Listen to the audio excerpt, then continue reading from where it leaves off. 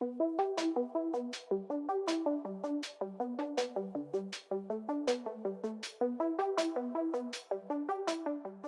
afternoon and welcome into Of His Own Word number 10. Yes, I said number 10. Okay. I'm your host, Ian Hound.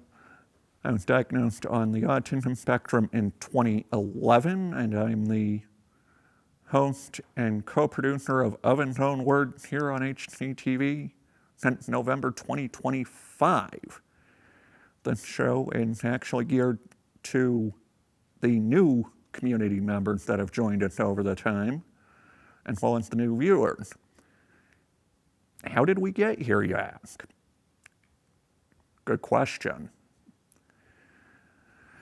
How it started, I gave my first speech against the National Autism Registry and the risk thereupon on the State House grounds in June 2025. Over last summer and fall, Alejandro, my co-producer, and I sat down and began discussion of, albeit what was originally a two-part show that was going to be about autism awareness here on HCTV. Last October, I made my second speech about the national anti-autism propaganda, and while I'm reminding people about the National Autism Registry. Again, this speech was at the State House grounds in Concord, New Hampshire. And the hybrid of that speech was incorporated into part number 8, which debuted last month. Part 1 of the series, the beginning, or the pilot as they would call it in most conventional settings, introduction to what the autism spectrum actually is. Alejandro and I had a brief discussion about the dangers of the Autism Registry proposal from last spring. And we also countered some of the early misconceptions that came out of Secretary Kennedy of the Federal Department of Health and Human Services. And that show we recorded in November of 2025, just before Thanksgiving. The show actually debuted in December. Holiday season plays out. We move along, and then in January of this year came part number 2, and this was a deeper conversation about the National Autism Registry, and also a preview of the fact that the New Hampshire legislature was going to be taking up autism during the current session. On that particular afternoon, I was joined by friend of the show and recurring panelist, Dr. Louis Espito, Executive Director of ABLE New Hampshire, as well as State Representative Lily Foss, Hillsborough District 41, from the city of Manchester, Wards 2, 4, 5, and 7. And then we get to part number 3, which we recorded and debuted back in February. On that particular afternoon, we discussed a brief overview of how the legislative process is supposed to work here in New Hampshire. On that particular afternoon, I was joined by Kristen Evans, Policy and Advocacy Director of ABLE New Hampshire, and also State Representative Heath Howard, friend of the show. And that leads us into part number 4.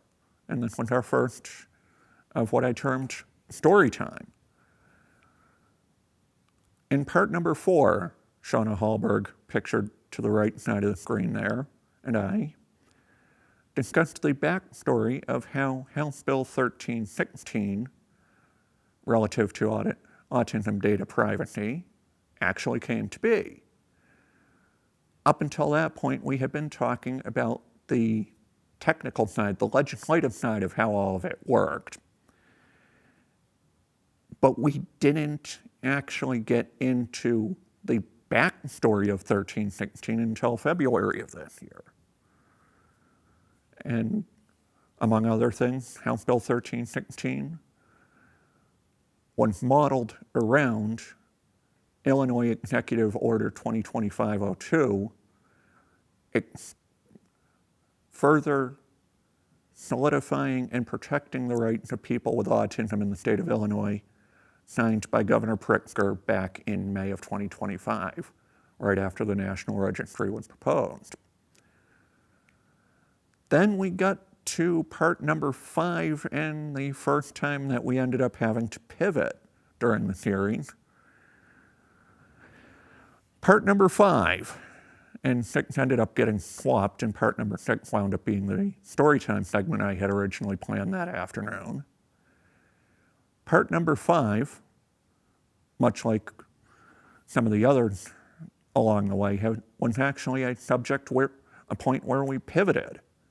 Part number 5 came right before the legislative deadline for what the New Hampshire legislature deems crossover day, which in simple terms is when all the bills being handled by the New Hampshire House are voted upon by the full House, those bills that pass that vote are then handed over to the Senate for committee hearings, committee recommendation, and a full vote of the Senate. And similar in the other direction. All the Senate bills that pass the Senate are then handed over to the House for proper eval. During the pre-crossover day update, I highlighted House Bill 1316 about autism data privacy, House Bill 1337 relative to the repeal of the New Hampshire Autism Council, and House Bill 1593 relative to solidifying the non-discrimination protections of Section 504 into New Hampshire state law, which, given the environment we find ourselves in, is now more critical than ever. And that show was recorded early in March of 2026. Part number 6, which I referenced to a moment ago, on that particular afternoon, Sarah Trzynski and I sat down for storytime number 2. On that particular afternoon, we talked about the fact that neurodivergent people can actually be quite capable and quite talented, okay, albeit in different ways and in unique ways. But that doesn't mean that they should be treated any differently than anyone else. And I'm thinking back 10 episodes on now, part number 6 is one of my personal favorites to have recorded, because it was a show idea that Sarah and I had been talking about since summer of 2025, and it further highlights one of the points that I've kept driving home during the duration of the entire series to date, is my belief that we should have fundamental acceptance of those who are different from us, but also find ways to include them at that same time. And that point actually comes full circle further along, and I'll explain at that time.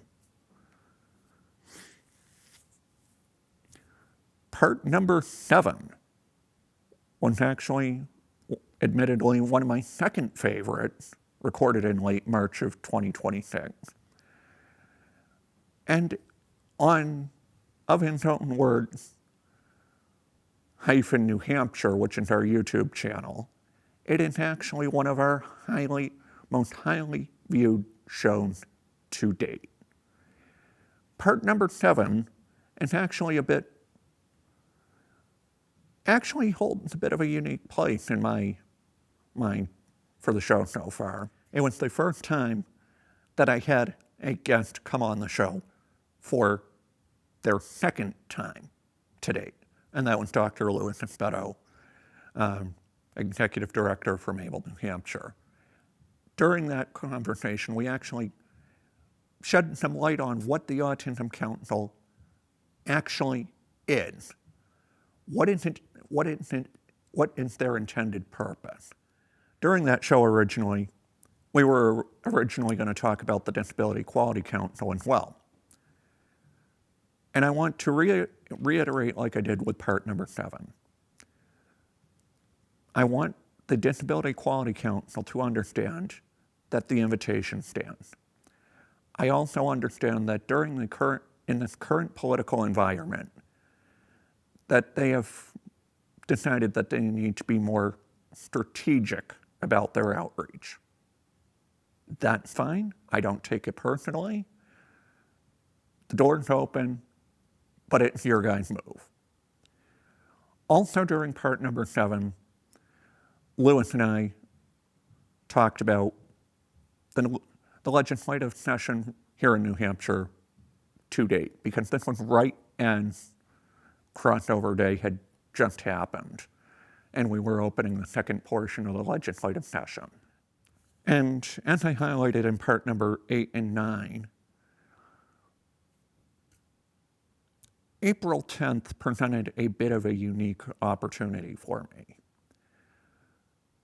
At the invitation of Shauna Hallberg, who I featured in part number 4, and Dr. Louis Espeto of Able New Hampshire, I was invited to a advocacy and policy meeting with United States Congresswoman Maggie Goodlander, who represents the 2nd Congressional District here in New Hampshire, of which Hudson's a part of.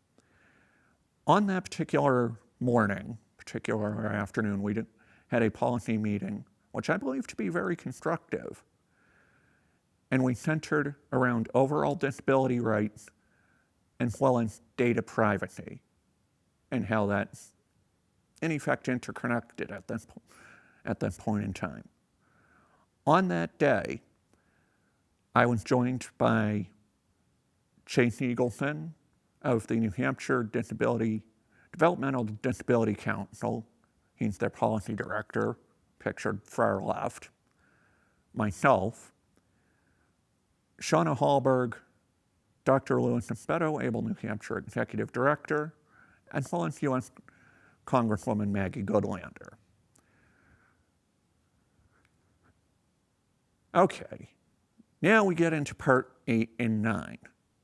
And this is perhaps my third most favorite, and at least to date, one of my more ambitious show recordings so far.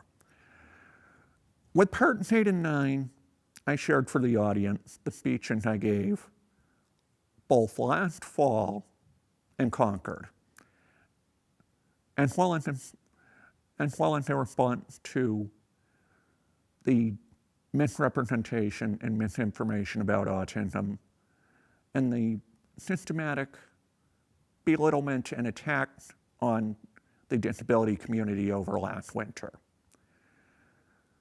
The unique thing about this, although it doesn't look like it, was this was the first time that myself, Mike Johnson, and Matt Guerrero here at HCTV attempted to record, in effect, 2 shows on the same day. Call me crazy if you want, but it was something that I was experimenting with because I felt that the subjects were interconnected. In part 8, I addressed the speech that I had given last fall. In part 9, I addressed what happened over the winter. And I felt that keeping them not only sequential, but recording them the same day made the most sense. Reason being, in simplest terms, they're both the same subject matter. And that's how we get to today. 10 episodes on. We are now at 5 times what I originally intended. Originally, I intended this to be a two-part program. Originally, it went after, in full disclosure, it went actually after recording the second part with Representative Foss and Lewis back in January. I got talking with Matt Guerrero, one of the production coordinators here in Hudson, and came to the realization that the first two parts went super well. The first two parts were, albeit a success. We should do a part 3. And when that was suggested to me at the time, then when I started scrambling, it's like, okay, we've done the 2 parts that I originally thought we were going to do. Originally, I never intended for there to be a part 3. But the more I've dug into this, the more I look around us, the more I have been motivated and the more validation I have seen in doing this, and what led not only into part 3. Part 3 leads into part 4. Part 4 led to part 5. Part 5 led us to part 6. Part 6 led us to 7. 7 leads us to 8 and 9. Part 9 led us to part 8 and 9 leads us to part 10. And I've seen more people draw an interest upon my project here. It also felt appropriate to actually take a moment to look back on exactly how we've gotten here, which leads us to the timeline slide here on the screen. Late April last year, RFK Jr. talked about gathering information and putting autistic people on a national registry so they can be studied and so he can cure autism. For those in the back, I don't know how many times I need to say this. Autism is a neurological difference. Right now, current science suggests that the best way to deal with it is management. Suggesting that people with autism should be, in their words, cured would actually would have taken away some really well-known celebrities, well-known figures in our society by that standard. And we highlighted that more in depth in part number 6. And oh, by the way, trying to cure autism, there's a term for that. Eugenics. And that is not something we want to go, that's not a slope we want to be going down. Certainly not now. Okay. Now that I've gotten off my soapbox here a moment. First speech, June of 2025, as I said, toward the top. Over last summer, Alejandro and I began planning this very program and began to discuss what shape it would take. Last fall, second speech, addressing the new misconceptions and misinformation that had been brought forward, of which I highlight in depth in part number 8. Part number 9, I addressed what was said over the winter.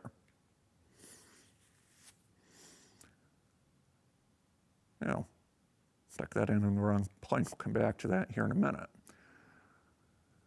First show was late last year, and it was what the big Hollywood production folks would call the pilot of sorts. In the first show, Alejandro and I talked about what is autism, the National Registry a little bit, and also countered some of the misconceptions that were being spouted off at that time. Our second show, January of this year, New Hampshire legislative session and autism. Well, we went slightly further than that and briefly talked about the National Autism Registry. February of this year, or the first February show we did, was about the New Hampshire legislative process, how it's supposed to work. Because what we've been seeing in Concord this legislative session, I have called this out multiple times, it's not how the system is supposed to be working. On that particular day, I was joined by Kristen Evans and State Representative Howard. The fourth show gets into how House Bill 1316 about autism data privacy here in New Hampshire actually came to be. And then we get fifth show and our pre-crossover day update, and on that show I briefly reflected upon what it meant to be at 5 shows already, and I'll be doing the same thing a little bit later on.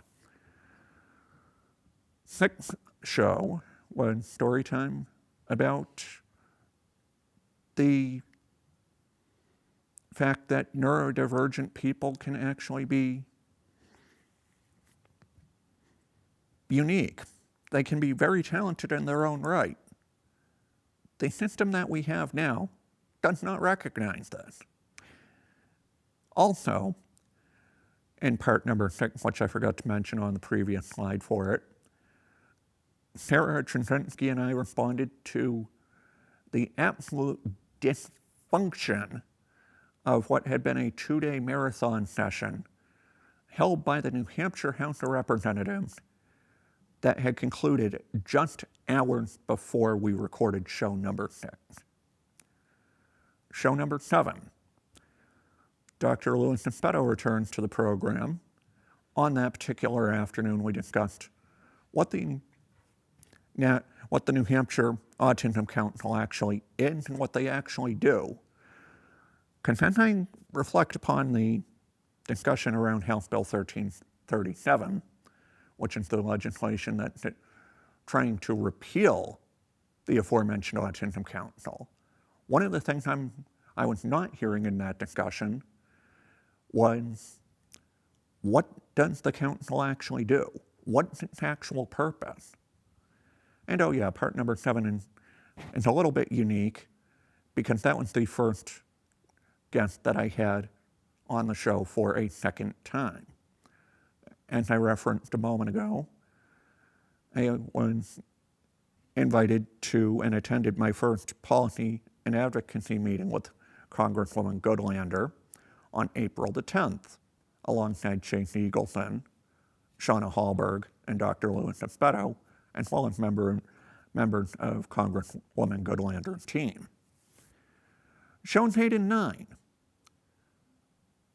are also a bit unique because it was the first time that I attempted to record 2 shows in a single day.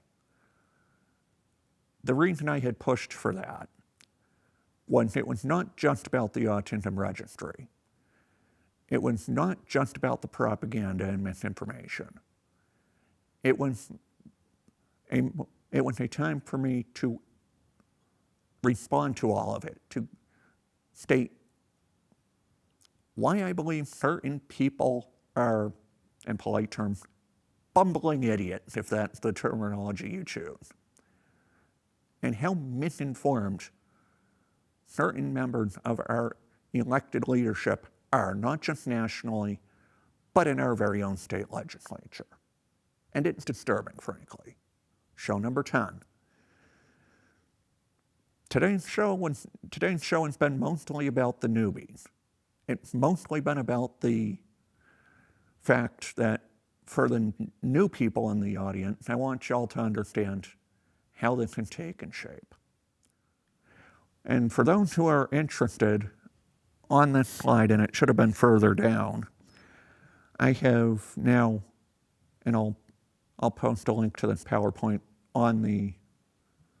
alongside the YouTube video link when it gets published, probably within the next week, a table of a link to every show we have done so far, parts 1 to 9. And that's over on youtube.com under the Of His Own Words New Hampshire channel. Closing out the show, and this is where it starts getting good, ladies and gentlemen, because there's quite a few things that we need to address. Final thought. We'll go over, as we usually do, credits and various QR codes for the show. And then we'll get into some of the aforementioned. We've got just a bit to talk about. Or you'll hear me respond to a couple of things here. First off, we have our extended family. Myself, Alejandro Urita, my co-producer, who appeared in part number 1. Dr. Louis Espeto, Director of Able New Hampshire, Executive Director of Able New Hampshire, who appeared in parts number 2 and 7, and highlighted earlier. Friend of the show, State Representative Heath Howard, who joined me in part number 3. State Representative from Manchester, Lily Foss, who was kind enough to join me in part 2. Shauna Hallberg, friend of the show, who joined me for story time about House Bill 1316 back during part number 4. Sarah Chudzinski, who joined me in part number 6, and that's when we talked about how neurodivergent people can actually be very talented and unique.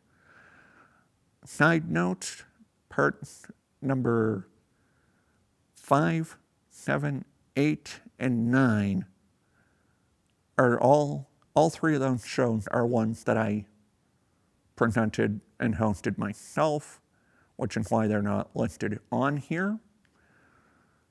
Of course, for the 10th time, I would be remiss not to acknowledge my brain trust, my consultation panel behind the camera, who make me look so good on all of these. My co-producer, Alejandro Urita, Mike Johnson, Director of Community Media here in Hudson, production coordinator Matt Guerrero and Mike Pylon. Hi, Mike, other Mike, wherever you might be watching us from today. Then we get into the first of our QR codes, our Facebook, which that's where we're giving responses to the New Hampshire legislative updates, and well, show-related updates under Of His Own Words on Facebook. Over on Blue Sky, similar to Facebook, again, very short length updates, New Hampshire legislative, and what I should have said with the Facebook slide as well, local, and I'll explain here momentarily, and show-related updates over on bluesky.com, and that's under the handle Of His Own Words, newhampshire.bluesky.social. We also have a YouTube channel, and this is where we have both shows 1 through 9 produced here at HCTV, and now that the season's warmed up and the snow's melted, we're going to start getting into some additional self-made content as well. Already to that end, I have State Representative Howard's acceptance speech from Able New Hampshire's Rising Stars event back in January, where he was recognized as their legislative champion of 2025, or 2025-2026, excuse me, and that is under the channel name Of His Own Words New Hampshire. We also have a Substack, that's where I've been putting my longer form responses, both about the New Hampshire legislative show updates and also on local issues, and that's under the handle @Of His Own Words.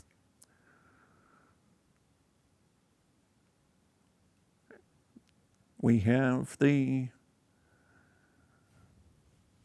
also have a section on the Hudson Community TV website where you can see all 9 of our HCTV produced shows. Note that this is just the in-house content produced here at HCTV.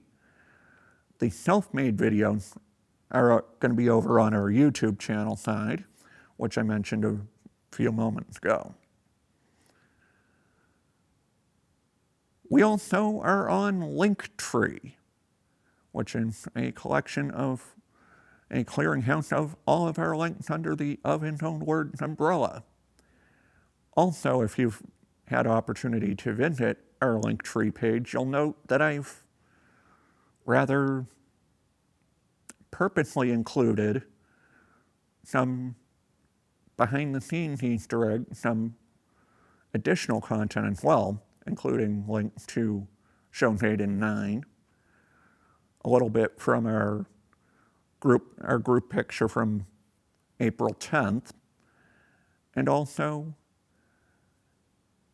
just all around some behind-the-scenes content also. Okay, we go to what I wanted with this next slide. I wanted to draw people's attention to a speech that State Representative Howard gave on the floor of the New Hampshire House on April the 23rd. On April 23rd, State Representative and Of His Own Words extended family member Heath Howard gave a speech to the full New Hampshire House about what Autistic Peoples Month, Autism Awareness Month, means to him. The link that I would like to share is a video reel of that speech given last Thursday. And I want to make it very clear that I am using this video with State Representative Howard's full knowledge and permission. Representative Howard's recognized regarding autism awareness. Thank you, Mr. Speaker. April is Autistic Peoples Month, not Autism Awareness Month. We don't need you to be aware of us. That's why I'm asking all of you neurotypical people in the chamber today to come buy an autistic person a beer at Tandy's after this. Just kidding. But I'm going to tell you about my autism. Because if you've seen me buried in my Mason's manual before, you can probably guess that I'm very passionate about the rules. I'm passionate about things being fair. But my passion for fairness in our society is branded as immaturity. I cannot just let it go when things are not fair. Life's not fair, get used to it. People always tell me that. I don't think we have to accept that. That's why I'm in this room, to change that. When I was little, I was sent to the principal's office all the time, more than I'd like to admit. Not for bullying, not for cheating, but for getting frustrated about the rules when they were changed in the middle of a game or whatnot. My autism revolves around ensuring the rules are maintained and that things are fair. Now when I make a stink about the rules being broken, it's "you're so immature." Maybe I am immature. But if my immaturity is rooted in creating an equitable society, then that's probably necessary right now. We don't need a cure for autism. We don't need treatment. We don't need to be told to mask. We don't need people to just accept us, but to actually take a step back when we react a certain way or say a certain thing and try to understand where we are coming from. We are so tired of having to explain ourselves, the tone we use, how we react, our actions. We are tired of having our words twisted. Awareness is not just about recognizing autistic traits. It is about allowing them to exist in real life. We should not have to change who we are to make others comfortable. We are people who deserve the same level of respect as everyone else. We have jobs, we pay taxes, we play baseball, and we never stop working towards a world that isn't just aware of us, but one that is willing to accept us. Thank you.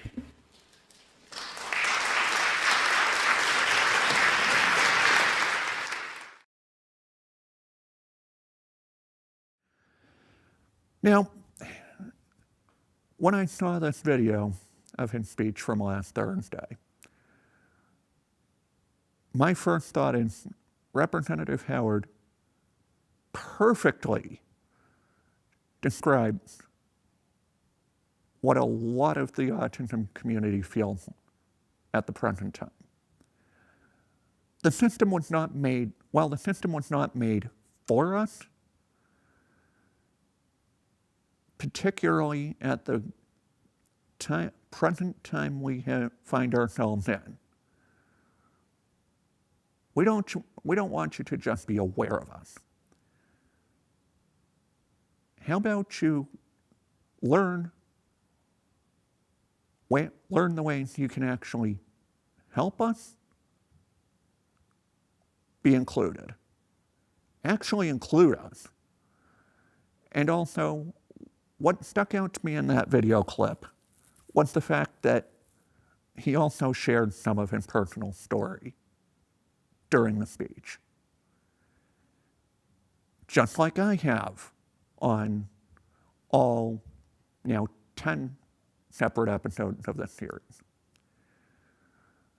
I feel the importance of doing this is not just to tell my story, which I've done multiple times.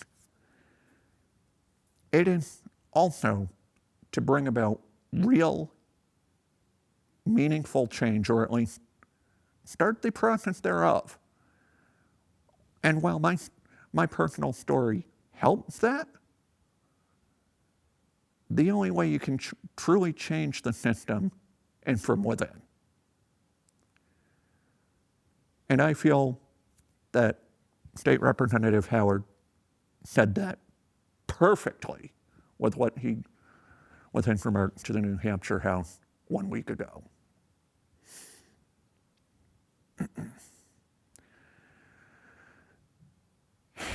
And now we get into some not entirely good news here. Here's my comment on, here's what I have to say on Dr. Mario Andrade's plan for special education reorganization in the city of Nashua. On Wednesday, April the 29th, it was brought to my attention by fellow advocates that there had been a brief yet concerning exchange between Dr. Andrade, Nashua Superintendent of Schools, and Board of Education member Reagan Lampier. This exchange took place during a Board of Education meeting in the city of Nashua on Monday night. The exchange took place during the discussion of Dr. Andrade's update on the proposal to centralize and warehouse intensive special education students in Nashua's elementary schools. These students would be relegated to Sunset Heights Elementary School on the south side of the city and Broad Street Elementary School on the city's west side. 3 classrooms at Sunset Heights, 4 at Broad Street for the 2026-2027 school year. I urge everybody watching my show today to also go ahead and peruse over to the Nashua Board of Education YouTube channel and watch their full meeting from April 27th for the full background and context of the exchange. To be honest, this is concerning in multiple ways because it would segregate, isolate, and single out these students. The proposal is a slippery slope towards reintroducing state schools, which is a dark part of our history, both here in New Hampshire and nationally. Furthermore, the announcement of a special education reorganization plan in Nashua comes on the heels of the New Hampshire legislature, specifically the House and the Representatives, trying to reinstate the concept of state schools with House Bill 1221 earlier this session. Thank you, Karen Mortimer and Merrimack, for flagging this to my attention. Fortunately, House Bill 1221 was ITL'd by the full New Hampshire House of Representatives in February. I find it very disturbing, disheartening, and unsettling to learn that these students are being seen as nothing more than dollar signs or numbers on a spreadsheet. As we tried to drive home in part number 6, they are people too. I still believe in a country, in a state, in a region where people with disabilities should be treated as equals in all aspects of life, including in the educational arena. Now, I understand and know that I haven't said a lot about this during the course of the series, during the course of each show. But seeing an announcement like this not just bothers me from a historical ramification standpoint, it hits home personally. Some of my best friends from high school were actually in the demographic that Dr. Andrade is trying to dismiss in the name of cost savings. Some of my best friends from high school, and we're still best friends to this day, mind you, only got to be that way because they were included. They were allowed to participate with the rest of the student body and have the same opportunities as the more, quote, mainstream or regular students like myself were afforded.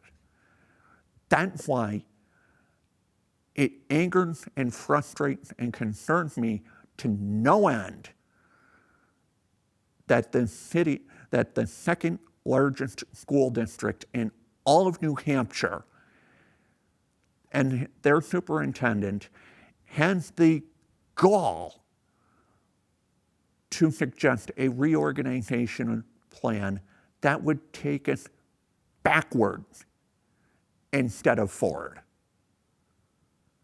It further bothers me that in talking with another friend of the show and fellow advocate, Shauna Hallberg, over the last couple of days, to find out that the National Superintendent of Schools, Dr. Andrade, is being very closed-minded. He has seemingly made his mind up and is coming across as unwilling to hear community concern and the rightful resistance and pushback that he is getting for having made such a proposal. It is like I have said on multiple of these shows. We should be striving for awareness, understanding, and inclusion.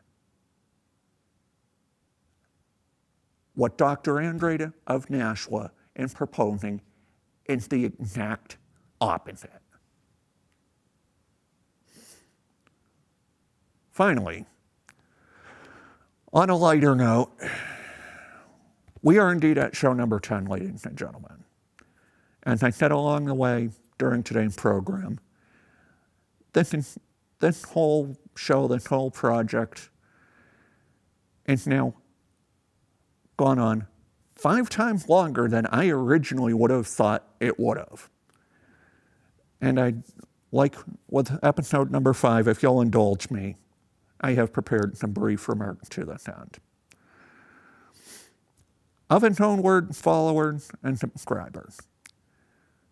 My name's Ian Howes, for now the 10th time, I'm the host and co-producer for Of His Own Words. To be clear, yes, this episode marks our 10th already. For those in our community who have found us over Substack, Facebook, Blue Sky, HCTV website, Linktree, or our YouTube channel, this was originally going to be a two-part program, merely addressing the national misrepresentation and national registry regarding autism last spring. As I hinted at a little bit earlier, in full openness, it was a conversation that I had with Matt Guerrero and Louis Espeto after we finished recording part number 2 that persuaded me that really we needed to take this show further. And I'd like to believe that we have.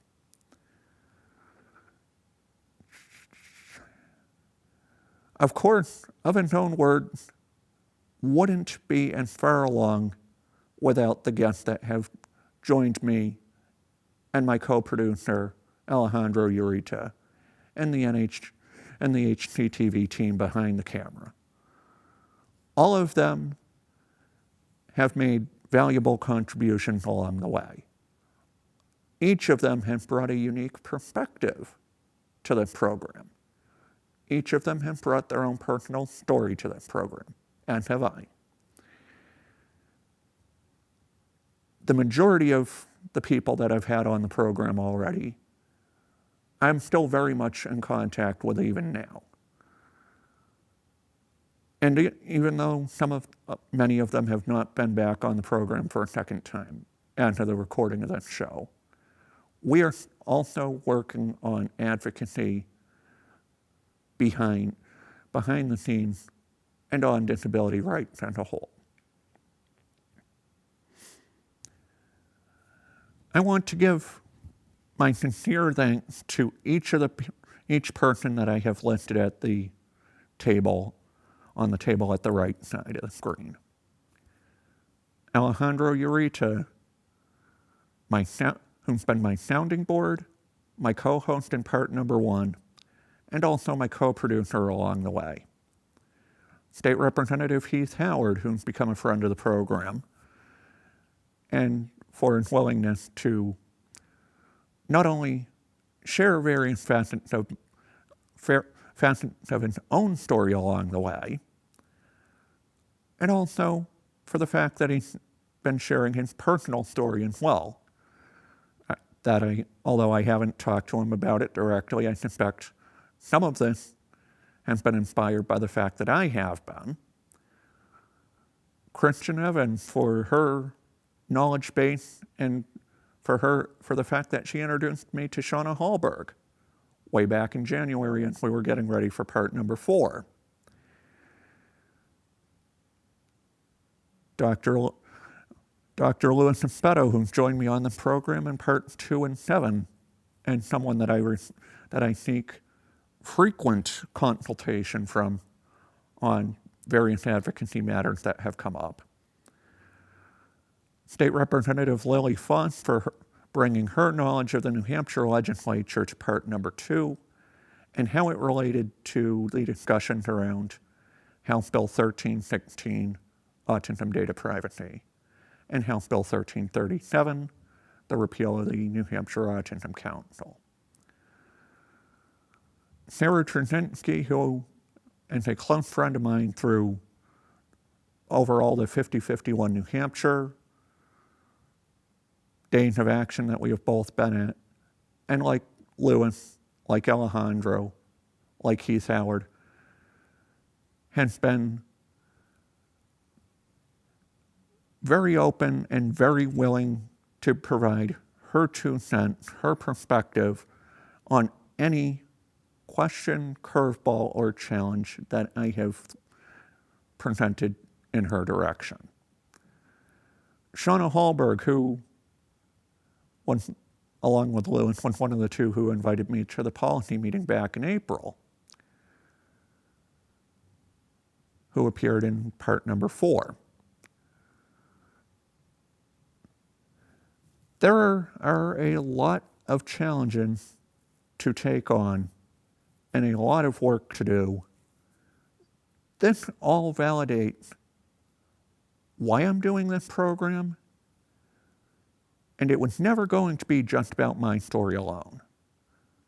I started this program with the goal and objective of speaking truth to what the challenges are for the autistic and disabled community in our state and region, and how they are or are not being addressed. And a little bit of quick preview, since I've already got it in mind. For part number 11, as the New Hampshire legislative session draws to a close, we're going to be doing yet another legislative update next week. And actually, it's going to be the most in-depth legislative update we have had so far. And when the show is ready to rock and roll, and I'll keep you all updated on that. It will be up on the HCTV website, as well as YouTube of its own words, New Hampshire. And for the 10th time, and I find this a little surreal, honestly, for the 10th time, I thank you very much for watching. Stay tuned for the legislative update and part number 11 in the next coming weeks. Thanks.